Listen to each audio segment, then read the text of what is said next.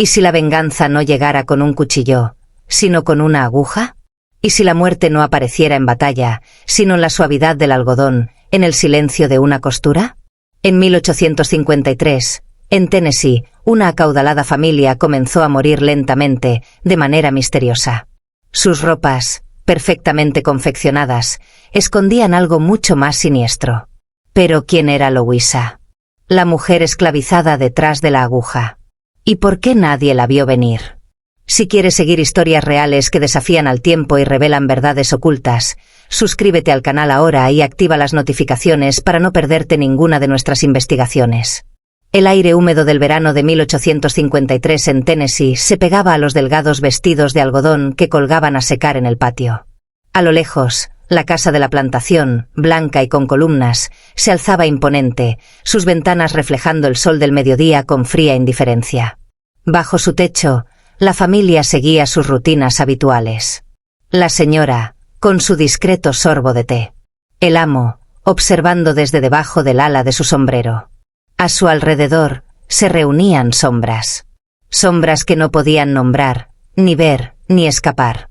En la construcción trasera, hileras de bancos de madera sostenían a las mujeres esclavizadas. Sus manos ocupadas con aguja e hilo. Sus ojos bajos, sus espaldas dobladas bajo el peso de la expectativa. Entre ellas estaba Louisa. Era delgada, con una gracia particular al sentarse. Sus dedos se movían con precisión mecánica, guiando finas puntadas en lino y seda. Su rostro era inexpresivo, pero sus ojos, oscuros como pozos, reflejaban algo más que sumisión. Guardaban memoria. Guardaban dolor. Guardaban resolución. La labor de Louisa era íntima. Dobladillaba los vestidos de la señora, remendaba los chalecos del amo, bordaba los trajes de bautizo de los recién nacidos, reparaba las chaquetas de los niños. Cada prenda pasaba por sus manos, y cada puntada era puesta con cuidado. La familia vestía ropas que llevaban su trabajo, sin sospechar el cálculo silencioso detrás de cada hilo. Todo empezó en silencio, una leve erupción en la muñeca de la señora, atribuida al calor o a una picadura. Los niños comenzaron a quejarse de escalofríos, luego de dolores que no cedían con el descanso. El amo se volvió irritable, con la mirada nublada por una confusión opaca. Llamaron al médico de la familia, un hombre puntual con su cuaderno de notas. Examinó los síntomas: náusea, mareo, inflamación de la piel, temblores neurológicos. Recetó tónicos de hierbas y reposo en habitaciones frescas. Culpó a la fiebre del verano que recorría la región, a la humedad o quizá al agua contaminada. Ninguna sospecha recayó en Louisa. Sus manos regresaban al hilo y la tela, sus labios permanecían cerrados. Alrededor del día 20 llegó la primera muerte, la hija menor, pálida e inmóvil en su cama. No hubo llanto que lo anunciara. Solo un silencio sepulcral. Después, la matriarca, su cabello cayendo en mechones, su piel ampollada, su respiración apagándose. El médico comenzó a inquietarse. Su hipótesis cambió de fiebre a veneno. Ordenó guardar la ropa en cofres sellados. Tomó muestras de telas. Encontró residuos, manchas aceitosas entre los pliegues, sutiles decoloraciones en los forros. Pero el análisis químico era rudimentario, inconcluso. No había laboratorios forenses, solo intuición frente al rumor. La señora, delirante, murmuraba entre suspiros sobre ligereza en su cuerpo, sobre fuego bajo la piel. El apetito del amo desapareció. Sus ojos turbios recorrían a los sirvientes entre miedo y desconfianza. Louisa seguía en su banco. Para un observador externo, su quietud no tenía nada de extraño. Pero el rumor se deslizaba por la casa, telas que quemaban la piel, olores a almendras amargas, advertencias en voz baja. No uses esa blusa de satén. El cuarto de la costurera era ignorado. Ninguna cadena la ataba a la sospecha. Existía en otro plano, entre la visibilidad y la invisibilidad. Su trabajo era su voz. Su silencio, su poder. Cuando los niños yacían en pequeños ataúdes, cuando el luto de la viuda caía pesado sobre los pasillos, comenzaron los susurros. ¿Había puesto la costurera algo en el hilo? ¿Podía el veneno haber sido infundido en puntadas ocultas, en aceites vegetales que ella trituraba y deslizaba en los forros?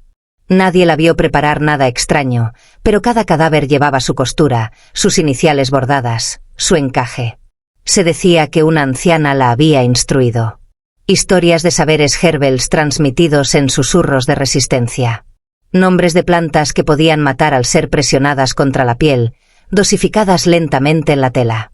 Nadie fuera de los cuartos de las esclavas lo confirmaba. Louisa no hablaba. Era descrita como callada, obediente, eficiente. Los libros no guardaron su nombre. Pero cada costura, cada remiendo, apretaba más la sospecha. En ese calor inmóvil, la casa se replegó en el miedo. Se prohibió la entrada de visitas. El sueño llegaba a medias, y Louisa seguía cosiendo. La casa estaba quieta, pero no en paz. El aire se volvió pesado, cargado de miedo y enfermedad no dichos. Los sirvientes se movían como fantasmas, cuidando de no alterar el silencio. La familia Witte se encerró en sus habitaciones. Los pasillos que antes resonaban con risas forzadas ahora devolvían pasos y toses. Tras las puertas cerradas, las sábanas estaban empapadas en sudor, y extrañas lesiones aparecían en la piel de quienes vestían las prendas finas cosidas por Louisa. Pero la verdadera historia había comenzado mucho antes de que los cuerpos cayeran. El pasado de Louisa era un retazo de heridas y susurros. Nació en esclavitud en Carolina del Norte y fue vendida hacia el sur a los 14 años. La venta se justificó en los registros como un incidente disciplinario, un término vago en los libros de su antiguo amo. Corrían rumores, nunca confirmados, de que un muchacho que la había dañado murió de manera repentina, convulsionando en los campos antes de poder gritar. Cuando Louisa llegó a Tennessee, se mostró callada, serena. Demostró de inmediato gran habilidad con la tela, y ese talento la salvó de los campos de cultivo. Fue enviada a los cuartos de costura bajo la supervisión directa de la señora de la casa. Lo que nadie sabía, o no quería saber, era que Louisa cargaba con más que una aguja. En sus primeros años en la plantación, entabló un lazo silencioso con una mujer mayor, una partera llamada Beth. Beth se movía con lentitud, con cataratas cubriéndole los ojos, pero recordaba los nombres de plantas que hacían sangrar por dentro a los hombres. Hablaba de los viejos saberes, de raíces y resinas que daban muerte en lentos hilos. Había visto a sus propios hijos vendidos. Sus manos temblaban al transmitir esas enseñanzas a Louisa, no de miedo, sino de vejez.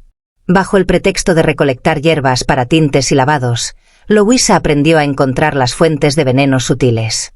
La familia Witte nunca cuestionó sus idas y venidas. Ella recogía semillas de estramonio, bayas de belladona secas, resina de cicuta silvestre. Cada una con su propio lenguaje. Solas eran peligrosas, pero combinadas en cantidades exactas e infundidas en los forros de las telas, susurraban muerte a través de los poros de la piel. Nadie sospechaba de la costurera. Su papel era demasiado rutinario, demasiado femenino, demasiado doméstico para inspirar temor. Ella cosía en silencio. Obedecía. Pero con cada prenda reparada, tomaba una decisión. Un hilo aquí, un pliegue oculto allá, un forro un poco más pesado de lo necesario. Trabajaba lentamente. El tiempo estaba de su lado. La muerte no necesitaba llegar de golpe. De hecho, era mejor si no lo hacía. Para mediados del verano, surgió un patrón extraño. Los sirvientes que manipulaban demasiado la ropa de la familia empezaron a enfermar. Una criada se desplomó tras usar un chal heredado. Un mozo de establo desarrolló úlceras luego de cargar un montón de abrigos recién lavados. El médico de la plantación comenzó a sospechar de toxinas ambientales, quizá moho o agua estancada en el viejo pozo. Pero nada encajaba. Los síntomas eran erráticos, algunos rápidos, otros demorados. La familia Witte desestimó sus advertencias, llamándolas supersticiones. En los cuartos de esclavos, en cambio, los susurros corrían distintos. Hablaban de las manos de Louisa como benditas o malditas. Algunos la temían y mantenían distancia. Otros dejaban pequeñas ofrendas en el umbral de su cuarto, hilos, cuentas, raíces. No eran regalos, eran reconocimientos. Sabían, o sospechaban. Pero nadie hablaba en voz alta. La decadencia de la familia se volvió más evidente. El hijo menor, antes robusto, adelgazó de manera drástica. El amo de la casa comenzó a tener alucinaciones, gritaba a las sombras, acusaba a sus propios hijos de traición. La señora permanecía en cama, con la mirada perdida y la respiración entrecortada. Los rumores de brujería se extendieron más allá de la plantación. Llamaron a un predicador itinerante. No encontró nada, pero tristeza y podredumbre. Y Louisa, serena, siempre con los dedos ocupados. Una noche, la cocinera de la casa aseguró haberla visto hablar con alguien que no estaba allí. Una sombra junto a los árboles, quizás el fantasma de Beth. Pero cuando la interrogaron, Louisa solo bajó la mirada y volvió a su costura. Su silencio permaneció intacto. La plantación, antes orgullosa y próspera, ahora cargaba con el olor de la decadencia, y en su corazón, Louisa seguía cosiendo, como siempre. Cada puntada era un acto silencioso de desafío, cada dobladillo un velo entre la venganza y la invisibilidad. A finales de agosto, la casa de la plantación ya no resonaba con música de piano ni con charlas ociosas en la sala. Lo que quedaba era la respiración lenta y sofocada de un hogar asfixiándose en su propio silencio. La decadencia de la familia había dejado de ser un misterio, se había convertido en certeza. Uno a uno, los miembros de la casa sucumbían a una enfermedad que ningún médico podía nombrar, que ninguna oración lograba ahuyentar y que ningún sirviente podía ignorar. El amo, antes un pilar de control y crueldad, deambulaba ahora confuso por los pasillos. Su piel amarillenta, sus ojos hundidos y enrojecidos. Murmuraba nombres entre dientes, algunos de vivos, otros de muertos, y se estremecía al roce de su propia ropa. Sus camisas, lavadas y planchadas, parecían irritarle la piel con furia. Una vez se arrancó una en plena comida, cayendo en espasmos frente a 2 invitados de Alabama que jamás se quedaron a pasar la noche. Su esposa, postrada semanas en la cama, había dejado de reconocer lo que la rodeaba. Su piel mostraba pequeñas erupciones que supuraban pus y sangre al moverse.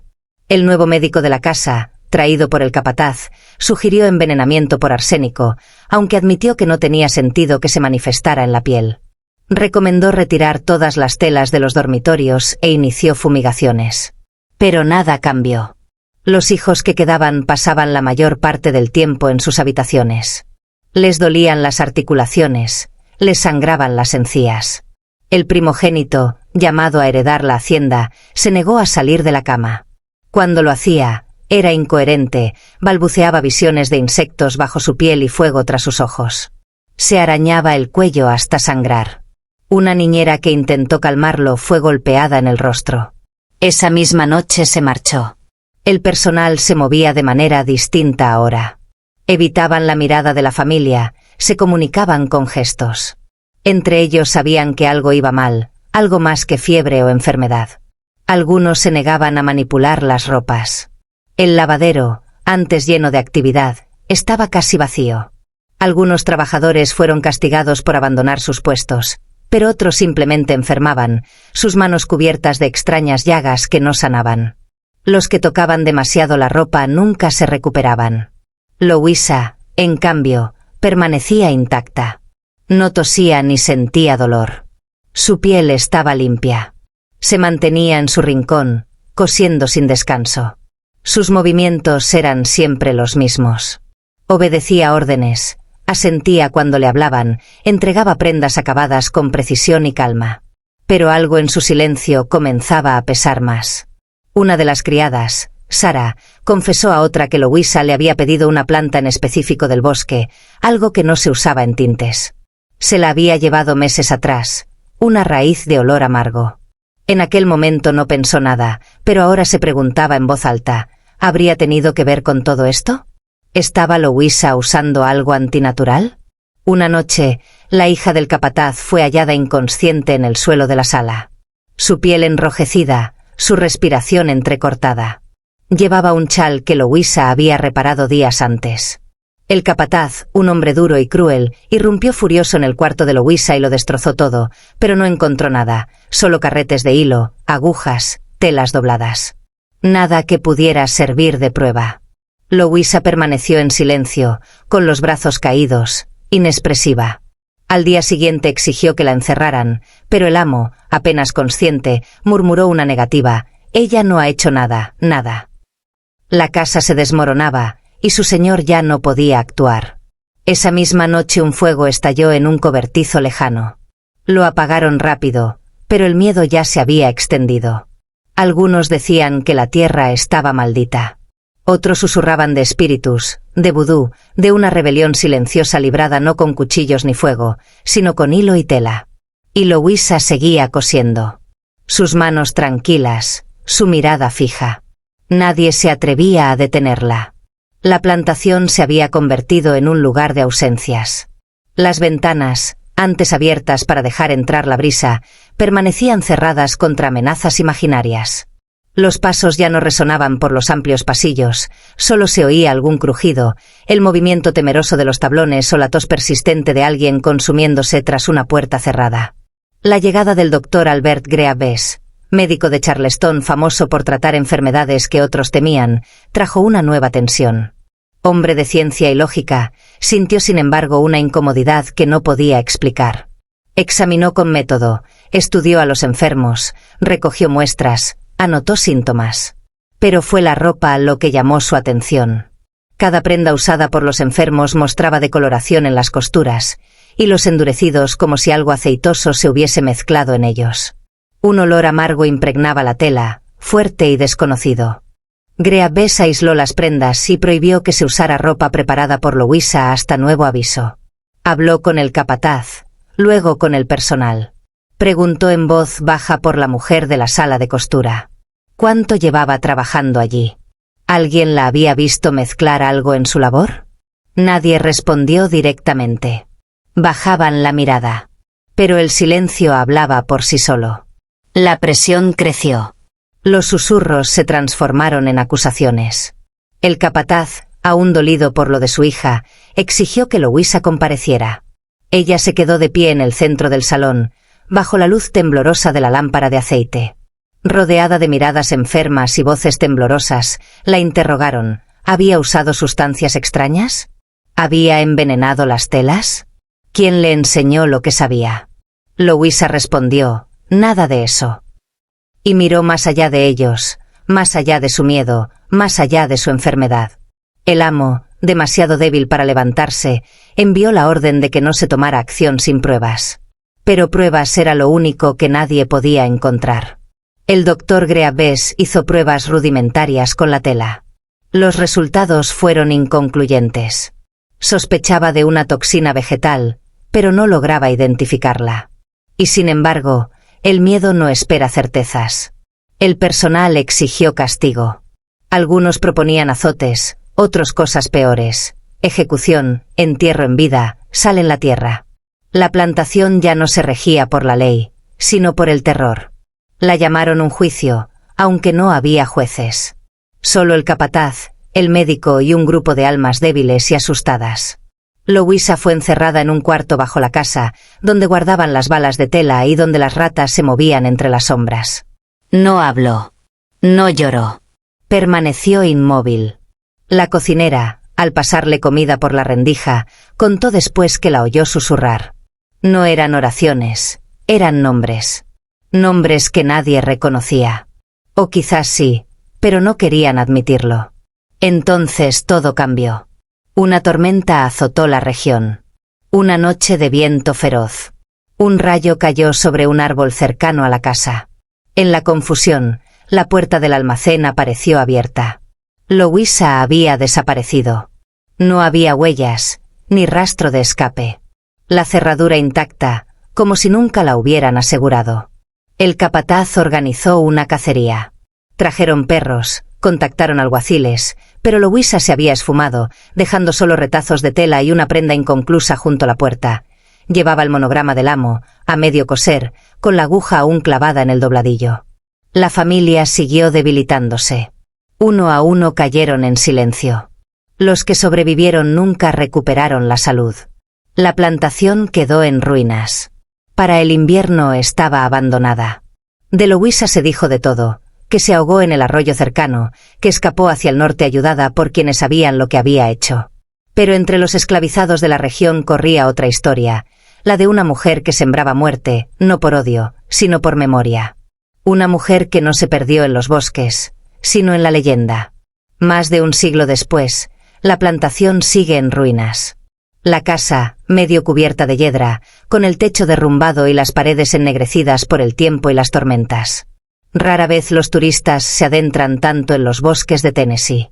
Los que lo hacen suelen retroceder en el camino cubierto de maleza, donde los árboles parecen cerrarse demasiado, sus ramas retorcidas como dedos alargados. Pero cada ciertos años alguien llega a las ruinas. Aficionados a la historia, cazadores de fantasmas, viajeros atraídos por algo que no saben nombrar. Vienen por la historia de Louisa, aunque pocos recuerdan su nombre. La mayoría la llama la costurera, o la silenciosa. Algunos dicen que era bruja, que maldijo a la familia con rituales oscuros. Otros creen que fue mártir, vengadora, una mujer que convirtió sus herramientas de sumisión en armas. La verdad, si alguna vez existió, se perdió hace mucho. Y sin embargo, quedan cosas extrañas. En 1962, un hombre llamado Calvin Murdoch compró la tierra para madera. Mientras limpiaba la casa, encontró un pequeño baúl bajo el suelo de la sala de costura. Dentro había retazos de tela, cada uno doblado y etiquetado con nombres. Nombres que coincidían con los del registro de entierros de la familia. Algunos fragmentos estaban manchados con huellas aceitosas y oscuras. Un trabajador que tocó uno sufrió una erupción que le duró semanas. Murdoch abandonó el proyecto al mes. En 1985, 2 estudiantes de antropología de Nashville visitaron el lugar. Una de ellas, Anneliese Turner, escribió en su diario que las ruinas se sentían demasiado silenciosas, como si la casa esperara algo. Describió agujas oxidadas incrustadas en el piso, aún afiladas. Esa noche soñó con una mujer sentada entre sombras, con los ojos brillando sobre una mesa de costura rota. Nunca volvió.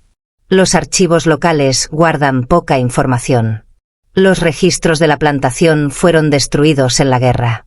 Solo quedan documentos dispersos, el diario de un médico que termina abruptamente en 1853, un registro de muertes con más nombres que tumbas, y una carta temblorosa escrita por la señora de la casa que termina diciendo: «Ella nos vigila mientras dormimos». Ahora lo sé. En las comunidades negras cercanas persisten tradiciones orales.